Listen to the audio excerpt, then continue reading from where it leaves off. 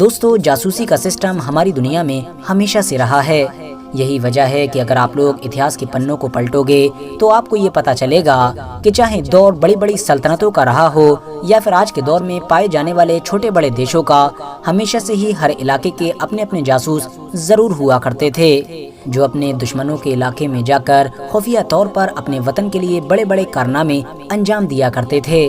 ویسے تو ہر جاسوس ہی دنیا کے عام انسانوں سے بالکل الگ ہوتا ہے، مگر ان میں سے کچھ ایسے بھی تھے کہ جو اپنے کارناموں کی وجہ سے اتہاس میں ہمیشہ کے لیے مشہور ہو گئے تھے۔ مگر دوستو، آج کی اس ویڈیو میں ہم اپنی دنیا کے جس جاسوس کے بارے میں بات کرنے والے ہیں، یہ ایک ایسا جاسوس ہے کہ جس کے کارنامے اتنے زیادہ عجیب و غریب ہیں کہ جو نہ صرف ایک انسان کو حیران کر دیں گے بلکہ پوری طرح سے ہلا کر بھی رکھ دیں گے۔ اتنا ہی نہیں دوستو، اس جاسوس کو ہماری دنیا کے سب سے شاطر یعنی چالاک جاسوس کے طور پر بھی جانا جاتا ہے، اور شاید یہی وجہ ہے کہ اس جاسوس کے اوپر ابھی تک نہ صرف کئی ڈرامے بن چکے ہیں بلکہ ساتھ ہی ساتھ ہالی ووڈ مووی بھی بن چکی ہے۔ دراصل دوستو، یہ جاسوس کوئی اور نہیں بلکہ وہی چائنیز جاسوس ہے کہ جس کو شی پی پو کے نام سے جانا جاتا ہے۔ یہ چائنا کے مشہور شہر بیجنگ میں رہا کرتا تھا۔ اس جاسوس کا کارنامہ یہ تھا کہ اس نے ایک مرد ہونے کے باوجود بھی 20 سال تک لگاتار نہ صرف فرانس کے ایک ڈپلومیٹ کو اپنے عشق کے جال میں پھنسا کر رکھا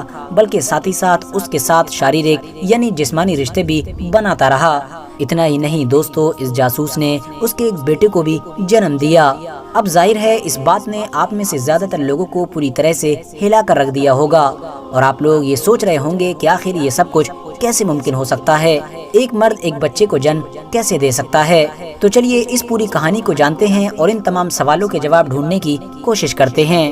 دراصل دوستو، یہ کہانی شروع ہوتی ہے سن 1964 سے کہ جب فرانس کی گورنمنٹ کی طرف سے 20 سال کے ایک ڈپلومیٹ کو چائنا بھیجا گیا۔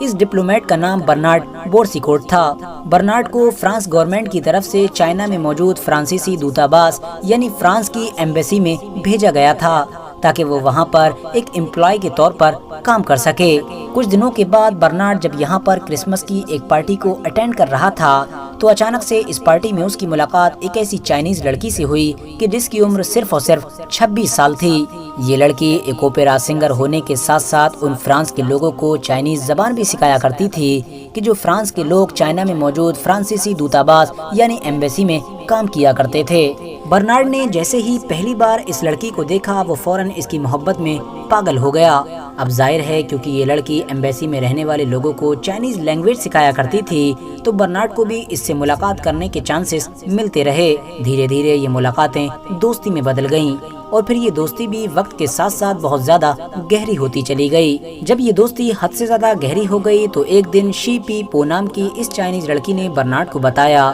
کہ اس کے باپ کی یہ خواہش تھی کہ ان کے یہاں پر لڑکا پیدا ہو، مگر بدقسمتی سے ان کو لڑکا تو نہ مل سکا، اس کی جگہ پر میں پیدا ہو گئی۔ اسی لیے میرے باپ نے اپنی خواہش کو پورا کرنے کے لیے میری پرورش ایک لڑکے کی طرح کی ہے، مگر یقین مانو میں پیدائشی طور پر پوری طرح سے ایک عورت ہوں۔ یوں اس طرح سے اب برنارڈ اور شی پی پو کی یہ داستان محبت آگے بڑھتی چلی گئی، اور یہ محبت کی داستان اتنی زیادہ آگے بڑھی کہ ایک دن وہ بھی آ گیا کہ جب ان دونوں نے شاریرک یعنی جسمانی رشتے بنانا بھی شروع کر دیے۔ آپ کو بتاتا چلوں کہ یہ لوگ ہمیشہ اپنے جسمانی رشتے رات کے اندھیرے میں ہی بنایا کرتے تھے، اور ایسا کرنے کے لیے برنارڈ کو ہمیشہ شی نام کی اس لڑکی کی طرف سے مجبور کیا جاتا تھا، کیونکہ یہ لڑکی برنارڈ سے ہمیشہ یہ کہا کرتی تھی کہ چائنیز روایتوں یعنی دستوروں کے مطابق یہ بالکل بھی ٹھیک نہیں ہے کہ ایک چائنیز لڑکی کسی مرد کے سامنے روشنی میں بے لباس ہو، لہٰذا برنارڈ بھی اس کی اس بات کو ہمیشہ مان لیا کرتا تھا۔ اس طرح سے ان لوگوں نے لگاتار 20 سال تک اپنی راتوں کو